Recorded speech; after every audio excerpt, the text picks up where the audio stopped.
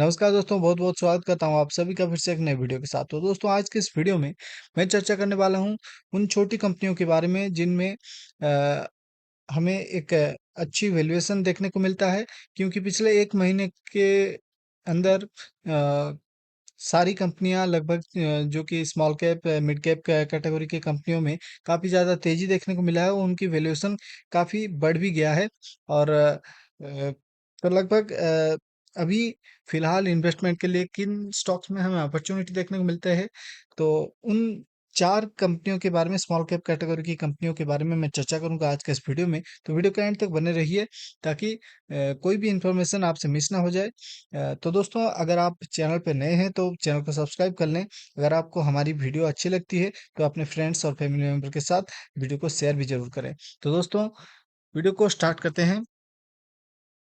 तो पहली कंपनी जो मैंने चुना है, तो पहली कंपनी की नाम है राशि पेरिफेरल लिमिटेड। तो इस कंपनी की पहले बिजनेस मॉडल समझते हैं। तो राशि पेरिफेरल लिमिटेड जो कि distributes global technology brands in India, specialising in information and communication technology. तो दोस्तों, जितने भी लैपटॉप्स है, हार्ड डिस्क वगैरह जो मिलते हैं, जो कि बाहर के देशों में इसकी मैन्युफैक्चरिंग होती है और उन प्रोडक्ट्स को कंपनी अपने देश में बेचता है। तो कंपनी की मार्केट कैपिटलाइजेशन है 2916 करोड़ की। तो की प्राइस टू अर्निंग रेशियो है 21.8। रिटर्न ऑन कैपिटल एम्प्लॉयड 14.4% की है। रिटर्न ऑन इक्विटी 11.9% की है। बुक वैल्यू है 235 रुपीस की और स्टॉक की करंट प्राइस चल रहा है 442। तो अगर हम ग्रोथ की बात करें तो पिछले 2-3 दिनों के ट्रेडिंग सेशन के अंदर इस स्टॉक में काफी ज्यादा तेजी देखने को मिला है। तो 20 से भी कम इसका प्राइस टू अर्निंग रेशियो हुआ करता था। फेस वैल्यू है 5 रुपीज पर इक्विटी शेयर। तो दोस्तों, डिविडेंड कुछ भी देता नहीं है कंपनी। तो लगभग जितने भी बाहर के देशों की जितने भी बड़ी-बड़ी कंपनियां हैं, तो उन उन कंपनियों के प्रोडक्ट्स को ये अपने देश में बेचता है, इंक्लूडिंग सैमसंग, एचपी, डेल वगैरह। जितने भी बड़ी-बड़ी कंपनियों के नाम आप सुने हैं, तो उन कंपनियों के प्रोडक्ट्स को ये अपने देश में बेचता है। तो दोस्तों, यहाँ पर आप देखते हैं, हम देखते हैं चार्ट के ऊपर। तो यहाँ पर स्टॉक प्राइस में ज़्यादा कुछ अपवर्ड मूवमेंट देखने को नहीं मिला है। तो लगभग 321 रुपये के आसपास इसकी लिस्टिंग हुई थी। तो उसके बाद अभी 440 के रुपए के आसपास इसकी हाई प्राइस गया हुआ है। तो दोस्तों, यहाँ पर एक नज़र हम डालते हैं year on year sales growth के ऊपर। तो 2019 में 3991 करोड़ की सेल्स हुआ करता था और करेंटली 1100 11,095 करोड़ की सेल्स हो गया है। और ऑपरेटिंग प्रॉफिट मार्जिन की बात करें तो 1% की हुआ करता था 2019 में। अभी वो बढ़कर 3% की हो गया है, क्योंकि ये दूसरी कंपनियों की प्रोडक्ट्स को बेचते हैं। तो इन कंपनियों में वॉल्यूम्स की वॉल्यूम बेस्ड इनकी बिजनेस है। तो जितना ज़्यादा प्रोडक्ट ये बेचेंगे, उसके से इसके इस बिजनेस में ऑपरेटिंग प्रॉफिट मार्जिन जो है वो हमें ज़्यादा देखने को नहीं मिलेगा। तो नेट प्रॉफिट की बात करें तो 29 करोड़ की 2019 में हुआ करता था और करेंटली हमें देखने को मिल रहा है 144 करोड़ की, जो कि हमें नेट प्रॉफिट देखने को मिल रहा है। ईपीएस की बात करें 21.43 है। और रिजर्व कंपनी के पास 1518 करोड़ की रिजर्व्स है। बोरोइंग्स उसके मुकाबले 700 करोड़ की बोरोइंग्स देखने को मिल रहा है। तो दोस्तों, शेयर होल्डिंग पैटर्न के ऊपर एक नजर डालते हैं। 63.41% की होल्डिंग्स प्रोमोटर के पास है। एफआईएस के पास 1.63% की होल्डिंग्स है। डीआईएस के पास 14.41% की होल्डिंग्स है। तो दोस्तों, पब्लिक के पास 20.55% की होल्डिंग्स हमें देखने को मिल रहा है। तो जो दूसरी स्टॉक है, तो दोस्तों यहाँ पर आप देख सकते हैं, जो दूसरा स्टॉक हमने चुना है वो प्रकाश पाइप्स लिमिटेड है, जिसकी मार्केट कैपिटलाइजेशन 1193 करोड़ की है। स्टॉक की प्राइस टू अर्निंग रेशियो है 13.3, रिटर्न ऑन कैपिटल एम्प्लॉयड 32.7% की है, रिटर्न ऑन इक्विटी 27.8% की है, बुक वैल्यू है 153 रुपीज, करंट प्राइस चल रहा है 498 रुपीज की, और फेस वैल्यू है 10 rupees per equity share, dividend 0.24%।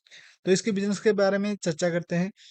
Company manufacturing करता है PVC pipes, fittings and packing products. It was incorporated in 2017, created out of A demerger of Prakash industries limited. तो प्रकाश industries के डिमर्जर से इस company की शुरुआत हुई है 2017 में। तो इसकी स्टॉक प्राइस ग्रोथ की हम बात करें, तो जब डीमर्जर हुआ था उसकी इसकी प्राइस हुआ करता था 94 रुपीज 95 रुपीज के आसपास। तो करेंटली ये बढ़कर हो गया है 500 रुपीज के आसपास। तो यहाँ पर आप देख सकते हैं काफी अच्छी तेजी देखने को मिला है, और बहुत ही छोटी मार्केट कैपिटलाइजेशन की कंपनी है।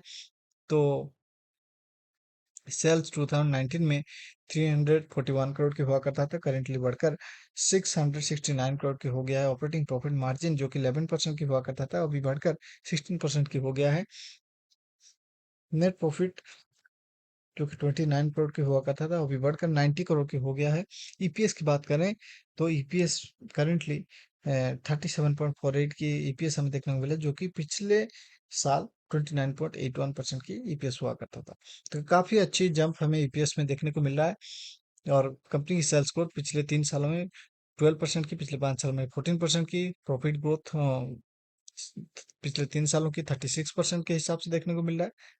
स्टॉक प्राइस सीएजीआर की बात करें पिछले 3 सालों की 41% के हिसाब से हमें ग्रोथ देखने को मिल रहा है। रिटर्न ऑन इक्विटी काफी बढ़िया देखने को मिल रहा है। रिजर्व्स कंपनी के पास 341 करोड़ की है, जो उसके मुकाबले बोरोइंग्स 40 करोड़ की है, मतलब कंपनी ऑलमोस्ट डेब्ट फ्री है। शेयर होल्डिंग पैटर्न्स की आप देख सकते हैं, प्रोमोटर की होल्डिंग्स 2021 में जो कि 41.72% की हुआ करता था, और प्रोमोटर लगातार इस स्टॉक में खरीदारी कर रहे हैं। वो F I S D I S की होल्डिंग्स भी हमें देखने को मिला है स्टॉक में। हालांकि काफी छोटी कंपनी है, और एफ आई एस की होल्डिंग्स भी 0.93% हो गया है बढ़कर। तो और डी आई एस की होल्डिंग्स 0.01% की है, 54.80% की होल्डिंग्स पब्लिक के पास है।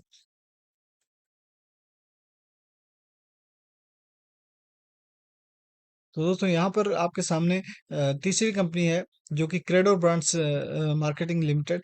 तो ये लग्जरी सेगमेंट में काम करता है। कंपनी मैन्युफैक्चरिंग करता है और मार्केटिंग करता है मुफ्ती ब्रांड के नाम पे अपने प्रोडक्ट्स को। तो ये chinos, jackets, blazers, sweaters, holiday casuals जैसी मेंसवेयर कंपनी, जीन्स कार्गोज जैसी मेंसवेयर कंपनी मैन्युफैक्चर करता है, और अपने आउटलेट के माध्यम से ये अपनी प्रोडक्ट को बेचता है मुफ्ती ब्रांड के नाम पे। तो दोस्तों इस ये का एक न्यूली लिस्टेड कंपनी है, 1101 करोड़ की इसकी मार्केट कैपिटलाइजेशन है। प्राइस टू अर्निंग है 18.6 करोड़ 6 की। रिटर्न ऑन इक्विटी 19% की है, रिटर्न कैपिटल एम्प्लॉयड 19.3% की है। बुक वैल्यू 53 रुपीज की हमें देखने को मिला, करंट प्राइस 171 रुपीज। डिविडेंड कुछ भी देता नहीं है, face value 2 rupees per equity share है। तो जब से लिस्टिंग हुई है इस कंपनी की, तब से स्टॉक प्राइस में गिरावट देखने को मिला है।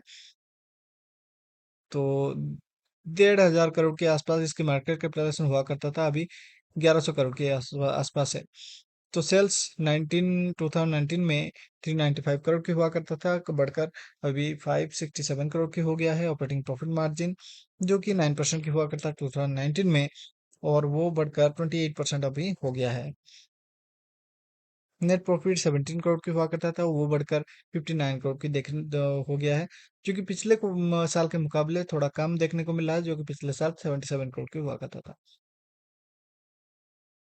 पिछले 3 सालों की सेल्स ग्रोथ 25% के हिसाब से बढ़ा है, और उसके मुकाबले प्रॉफिट ग्रोथ 83% के हिसाब से देखने को मिल रहा है।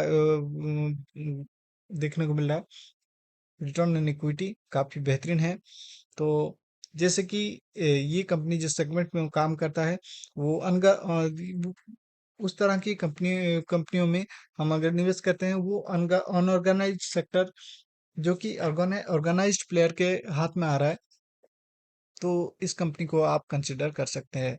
रिजर्व कंपनी के पास 329 करोड़ की है, बोरोइंग्स 253 करोड़ की देखने को मिल रहा है, जो कि काफी छोटी कंपनी है।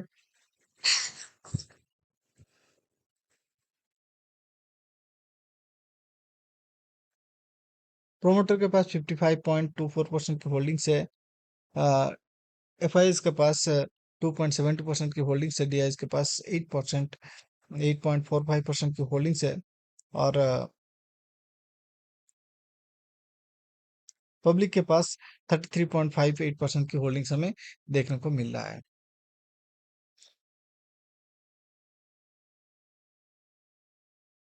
तो यहाँ पर आपके सामने चौथी कंपनी है गोकुल एग्रो रिसोर्सेस लिमिटेड। तो इसकी मार्केट कैपिटलाइजेशन 2497 करोड़ की, स्टॉक की price to earning ratio 18.4, return on equity 18.9% की, रिटर्न कैपिटल एम्प्लॉयड 23.4% की, बुक वैल्यू 53.3 की, करंट प्राइस चल रहा है 169। डिविडेंड कुछ भी देता नहीं है company, face value 2 rupees per equity share. तो एक कंपनी की बिजनेस है processing of various kinds of edible non edible oil and mills. Company has manufacturing facilities in Gandhidham, Gujarat, India. तो ये कंपनी अपने प्रोडक्ट्स में अपने जो प्रोडक्ट्स है उसको विटा लाइफ, महक और जायका के ब्रांड में बेचता है। तो कंपनी के ब्रांड्स पोर्टफोलियो में रिचफील्ड एंड पफ फ्राइड ब्रांड भी इंक्लूडेड है। तो दोस्तों, इस कंपनी में आप निवेश करने की सोच सकते हैं। इसकी जो कि सेल्स 2016 में 3631 करोड़ की हुआ करता था, अभी 13,854 करोड़ की हो गया है। ऑपरेटिंग प्रॉफिट मार्जिन 1% की हुआ करता था, अभी बढ़कर 2% हो गया है, जो कि पिछले साल 3% की हुआ करता था। तो एडिबल ऑयल में वैसे ज़्यादा प्रॉफिट मार्जिन हमें देखने को नहीं मिलता है। ये वॉल्यूम बेस्ड बिजनेस है। तो कंपनी की जितना ज़्यादा वॉल्यूम बढ़ेगा, उसके हिसाब से कंपनी की प्रॉफिटेबिलिटी इंक्रीज होगी। तो कंपनी की कंपटीटर की बात करें तो कंपनी की जो कंपटीटर है उसके मुकाबले ये काफ़ी छोटी कंपनी है। तो इसके लिए कंपनी अपना प्रॉफिट मार्जिन भी अभी कम रखा है। आगे आने वाले टाइम में ये मार्जिन को इंक्रीज कर सकता है। तो कंपनी की पिछले 3 सालों की सेल्स ग्रोथ 18% से बढ़ा है, प्रॉफिट ग्रोथ पिछले 3 सालों की 46% से बढ़ा है। पिछले 3 सालों की स्टॉक प्राइस CAGR 61% से ग्रो किया है। रिटर्न ऑन इक्विटी काफी अच्छा है। रिजर्व्स कंपनी के पास 757 करोड़ की है, बोरोइंग्स है 604 करोड़ की।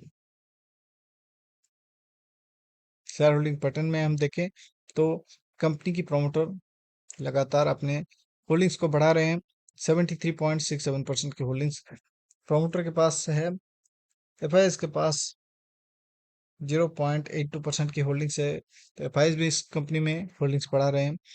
डी की कोई होल्डिंग्स नहीं है। पब्लिक के पास 25.51% की होल्डिंग्स है। तो दोस्तों, ये थी 4 कंपनियां, छोटी कंपनियां। तो इसमें आप निवेश करने की सोच सकते हैं, लेकिन कोई रिकमेंडेशन नहीं है, क्योंकि मैं सभी रजिस्टर्ड इन्वेस्टमेंट एडवाइजर नहीं हूँ। तो अगर आप मेरे बोले गए किसी भी स्टॉक में निवेश करते हैं, तो हो सकता है उन स्टॉक्स में आपको नुकसान हो। तो किसी भी स्टॉक में निवेश करने से पहले अपना खुद का एनालिसिस करें, नहीं तो इन्वेस्टमेंट एडवाइजर के एडवाइस लेने के बाद ही किसी स्टॉक में निवेश करें। तो मिलते हैं दोस्तों अगले वीडियो पर। तब तक जय हिंद, जय भारत।